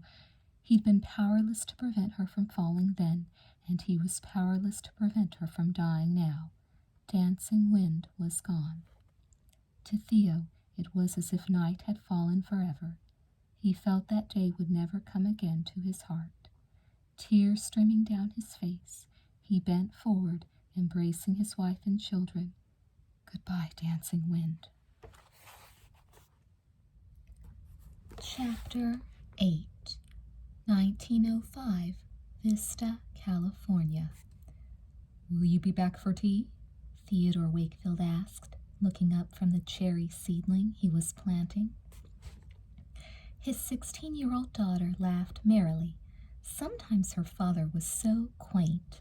After all his years in America, he still spoke with an English accent, and Sarah certainly didn't know anyone else in Vista, her Napa Valley hometown, who made a ritual of tea and cake every afternoon at 4. As the lady of the house, it was Sarah's role to pour the tea. "Of course I'll be back." She tapped his shoulders lightly with her leather riding crop. "Without me to serve, you and James would sit helplessly with empty cups and plates." Theodore chuckled. "The older you get, the sassier you get." Sarah planted a kiss on her father's graying head. "And the sassier I get, the more you love me," she teased. Theodore smiled benevolently at his only daughter. Sarah knew he couldn't deny that she was the apple of his eye, just as he couldn't help spoiling her. He often told her that the shape of her eyes made her resemble her mother, Dancing Wind, and that her dark blonde hair was the same shade as that of her grandmother and namesake, Lady Sarah. So every time he looked at his daughter, Theodore caught a glimpse of 2 other beloved women, long since lost to him. "Ta-ta!" Sarah untied Plummy's reins from the fence and, bunching her blue skirt in one hand, swung herself up into the side saddle. Bending, she adjusted the strap that secured the leather rucksack containing her lunch and books. Then she gave Plummy a nudge with her boot heel. They cantered across the field toward a fence. Rather than stopping to unlatch the gate, Sarah set Plummy up for the jump. He cleared it neatly. Settling back into the saddle, Sarah glanced back over her shoulder. Her father had risen to his feet, and she could see him shaking his head. He always forbade her to jump that fence. Then he would turn around and jump in himself on his favorite horse, Raven. Laughing, Sarah tossed her father a wave. He might lecture her, but she knew he admired her spirit. He would think something was wrong with her if she suddenly became meek and stopped insisting on getting her own way. Ever since she was a child, Sarah had been strong-willed and single-minded. It was a quality that had gotten her into many difficult situations. Luckily, however, her twin brother, James, was more of a serious and responsible nature, and he was always there when Sarah needed a rescue. It was James who had helped her back on her pony after she was thrown from the saddle, who had pulled her from the frozen duck pond the winter she fell through the ice, who had talked her into coming home when she'd run away, all the way to the far end of the orchard, at the age of 7, because her father wouldn't let her keep a litter of stray kittens. It was a beautiful Northern California summer day. As she urged Plummy up the rise of a small hill, Sarah was glad that after her mother's death, when she and her twin brother James were still tiny babies, her father had sold his farm in Nebraska and moved west. She had never seen the prairie, but she knew it was as flat as a tabletop. How could it compare to the green, rolling hills of the Napa Valley, lush with woods and meadows, orchards and vineyards? Sarah kept Plummy to a path that skirted her father's property. In the distance, she spied a small group of hired pickers harvesting the fruit from the peach and apricot trees. The farm was prospering, and every year her father was able to expand his orchards, planting more young trees. Often the two of them rode out together. Riding the fences, Sarah's father would reminisce about his birthplace in Yorkshire, also a land of rolling hills. Sarah slowed Plummy to a walk. Reaching up, she unclasped the gold pin that held her hair in a knot. She shook her head, and the long, dark blonde hair cascaded down her back, glinting with gold highlights in the sun. Her grip on the reins loosened as she lapsed into daydreams. Sarah liked to think about her father's romantic past, the tragic, untimely death of his older brother, his renunciation of an arranged marriage, a title, and the family inheritance, the journey to America and the lost fiancé, his years of wandering and life in the circus, the farm in Nebraska and his love for the mother she and James had never known, his trek west with his 2 babies. It was better than a novel. Sometimes it didn't seem fair to Sarah. Now her father was an ordinary, middle-aged man who worked hard to build a good life for his 2 children. All the exciting things had happened before she was born.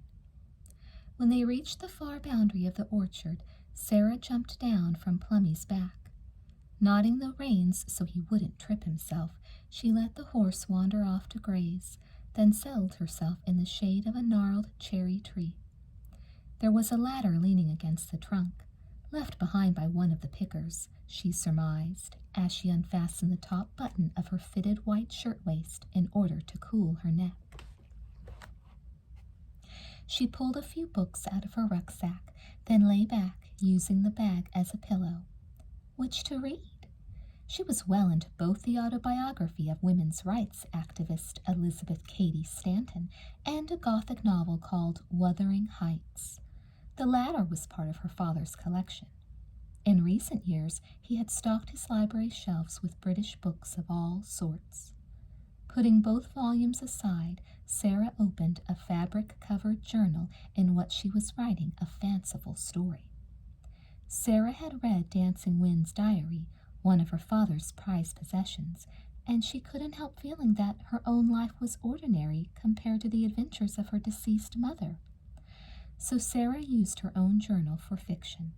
Life was much more interesting, Sarah was convinced, when you spiced it up. In the story Sarah was currently writing, the heroine, liberally modeled after herself, had run away from home to escape the persecutions of a cruel stepmother. Thank goodness her father had never remarried in real life. The heroine was about to meet the hero, the man who would rescue her from all her perils. Sarah was momentarily stumped, however, as to what the hero should look like. Would he be tall and dark like her own father, or golden-haired like a Norse god? Were his eyes black and flashing, or blue and kind? Should he be as gentle as a brother, or a more mysterious and intimidating figure? Sarah dipped her pen in the small jar of ink she'd brought with her and scratched a few lines. Her cloak soaked with rain and her raven-black curls tumbling down her back, Serena hastened toward the abandoned mansion. Then, in a flash of lightning, she glimpsed a tall and forbidding shape under the old oak tree. A cherry fell in Sarah's lap. She picked it up idly. Removing the stem, she popped the cherry in her mouth and prepared to resume writing. At that moment, another cherry dropped, and then another. Soon it was an absolute shower. What was going on in the tree above her? Startled, Sarah jumped to her feet and looked up, right into the laughing brown eyes of Edward Brooke. Edward, a young man Sarah knew slightly from school, was sitting on a branch of the tree, a burlap sack bulging with fruit slung over his shoulder. "Edward!" Sarah exclaimed, relieved that it was just him and not the more menacing figure of her imagination. "What are you doing up there?" Edward pushed a shock of dark brown hair back from his forehead. "I'm picking cherries, as one of your father's employees. What are you doing down there?" Hurriedly, Sarah shut her journal, even though the ink was not quite dry and would probably smudge. "I was writing in my diary about what a good harvest we're having this year," she added untruthfully. Edward grinned. "Your expression was very entranced. I wouldn't have thought that topic would be so absorbing." Sarah blushed. "Never mind what I was writing about. Just come down from there and help me eat this lunch." Edward climbed down the ladder, and in a few moments he and Sarah were seated face to face on the grass, her modest picnic spread out before them. Bread and butter, pickled vegetables, and cheese. "I'm glad you're here, because there's twice as much food as I could eat by myself. My father packed this for me," Sarah explained. "He says in England they call it a ploughman's lunch." "A ploughman's lunch for the lady of the manor," Edward remarked, his eyes twinkling. Sarah blushed again. She suspected that Edward was poking fun at the fact that her father had named his estate Manor Farm after Wakefield Manor, the home of his youth. It did sound a bit pretentious. "Yes, I'm roughing it today," she said airily. "I left the china and silver at home." Edward tossed his head back in a hearty laugh. "Well, china or no, I appreciate your hospitality, Miss Wakefield." "Miss Wakefield?" Sarah handed Edward a piece of bread and a chunk of cheese. "You really don't need to be so formal."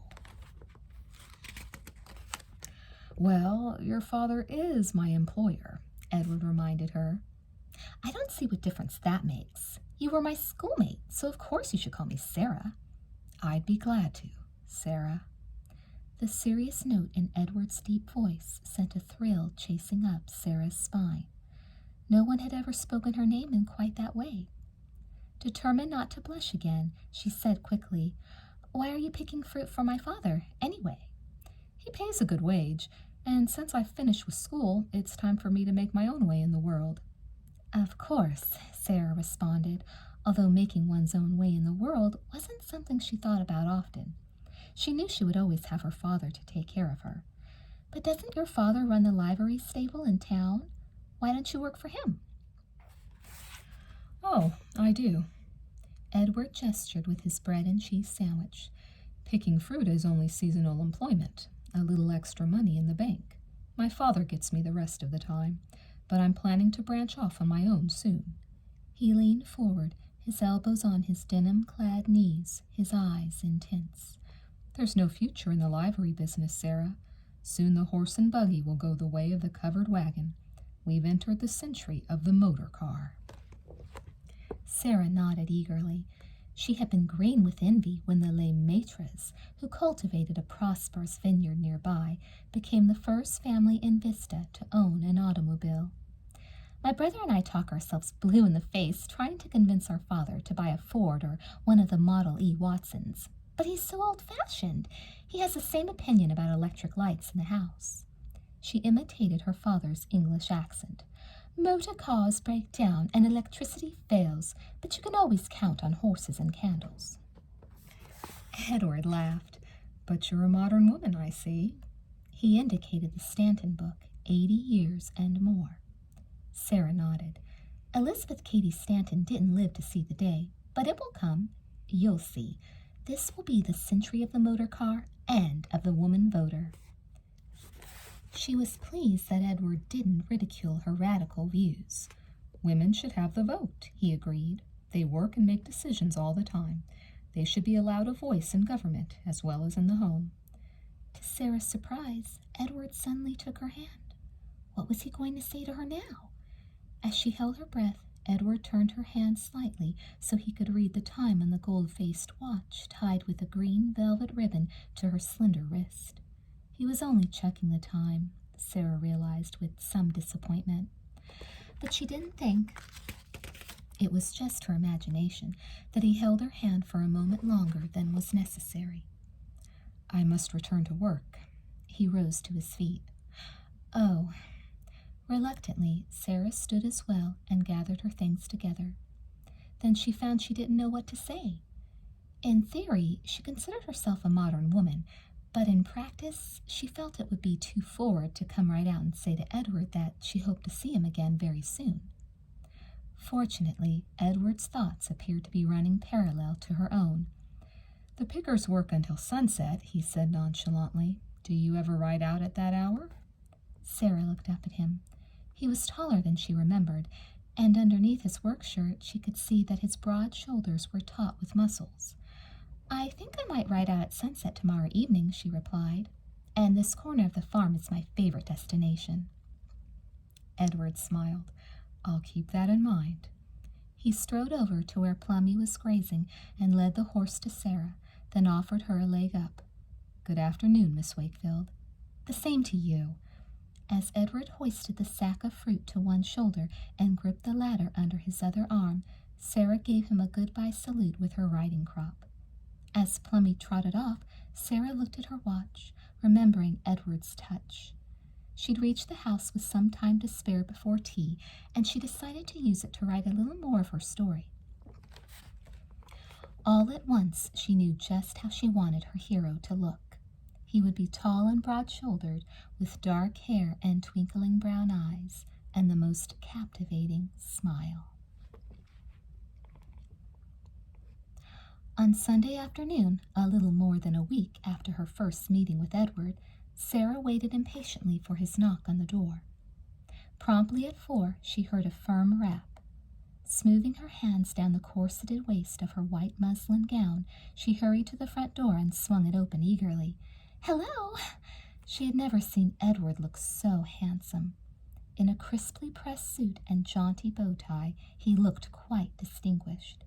A man, not a boy, Sarah thought, her cheeks pink with pleasure. And he was the first man she had invited home to meet her father and brother, although of course James would remember Edward from school. After a week of accidental meetings in the orchard, Sarah and Edward had agreed that it was time he presented himself formally to her father as a suitor. Won't they be surprised? Sarah thought, as she took Edward's hand to lead him to the parlor, where she had laid out the things for tea. No sooner had Edward taken a seat than Mr. Wakefield and James, in the middle of a debate about whether to diversify the farm by raising cattle and sheep, entered the room. Edward stood up again quickly. Father, James, Sarah began, I've invited my new friend, Edward Brooke, to join us for tea. You both know Edward. Did her father hesitate an instant before extending his hand to take Edward's? Sarah couldn't be sure. Of course, Theodore affirmed. Edward? He didn't say, nice to see you, or welcome to my home, Sarah noted. Her twin was more enthusiastic. Edward, hello. James shook Edward's hand vigorously. It's good to see you.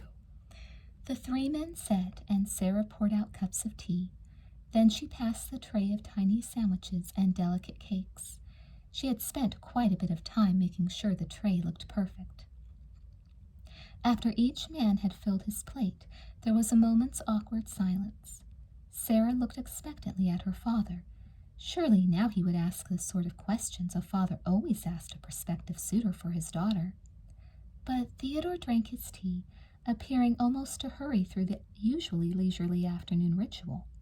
It was James who initiated a conversation with Edward. Do you think there are enough work opportunities to keep you in Vista now that you're out of school? The two young men chatted excitedly. Sarah made a few interjections of her own, attempting to draw her father into the discussion. But while he listened politely, Theodore maintained an aloof manner. As soon as he drained his cup and finished off the last crumb of his cake, he rose to his feet. There's no day of rest for the farmer, he said affably. I have some work to attend to, if you'll be so good as to excuse me. Sarah swallowed her disappointment. Of course, father. For Edward's sake, she kept up a cheerful demeanor, but as soon as they made plans to meet the next day at sunset and said goodbye at the front gate, her smile collapsed into a puzzled frown. Why had her father been so cool to Edward? How could he have been anything other than impressed by Edward's impeccable manners and pleasant nature? Not one to keep quiet for long when something was on her mind, Sarah hurried to her father's study. Theodore was seated at his heavy wooden desk, using a magnifying glass to study a ledger filled with rows of tiny, neatly printed figures. Father, Sarah said without preamble, don't you like Edward? Theodore closed the ledger and removed his glasses. Sarah, sit down. Obediently, she took a chair at his side. Theodore rested an affectionate hand on his daughter's shoulder. I do like Edward, my dear. I hired him. After all, and in our working relationship, I have found him efficient, amiable, and conscientious. He is all those things, Sarah agreed eagerly. But as a prospective suitor for you, Theodore paused, clearly considering how best to broach the subject. Sarah, you know how much you mean to me. His voice shook with emotion. In you, I cherish both the memory of my beloved dancing wind, your mother, and my own mother, whom you are named for. I know, Father, Sarah said, her eyes misting. I want the best for you and for James. I hope to see him attend college, and you, I hope to see you settled in a happy and suitable marriage with a man who is capable of supporting you in the manners you deserve. Women go to college too, you know, Sarah reminded him. Theodore smiled. Yes, I know, and you are smart enough to go if you want, and perhaps it will be there that you will meet the man who is your match. I've just remembered, he added. We have been invited to dine with the Lemaîtres. Mrs. Lemaitre told me that George especially looks forward to seeing you.